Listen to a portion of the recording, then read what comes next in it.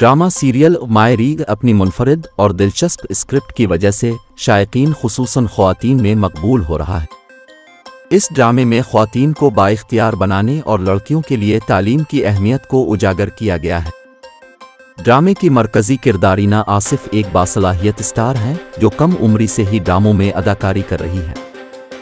ड्रामे में कम उम्री की शादियों से मुताल्लिक़ बाज़ खौफनाक हक़ाइक़ को शानदार तरीक़े से दिखाया गया है। इस कहानी के ज़रिए जवानी में मजबूर बच्चों को दरपेश ज़हनी, जिस्मानी और नफ्सियाती मुश्किलात को उजागर किया गया है जिन्हें एक ऐसी हकीकत का सामना करना पड़ता है जिसके लिए वो तैयार नहीं होते। ड्रामे का मकसद नौजवान लड़कियों के लिए कम उम्री की शादी के बारे में तस्लीम शुदा अकायद पर सवाल उठाना है। ड्रामों में इस तरह के मसाइल मंजरनाम पर लाना तमीरी मुआशरे का आगाज़ है। ईना आसिफ के साथ मरकज़ी कास्ट में समर जाफरी शामिल हैं जिनका ये डेब्यू ड्रामा है।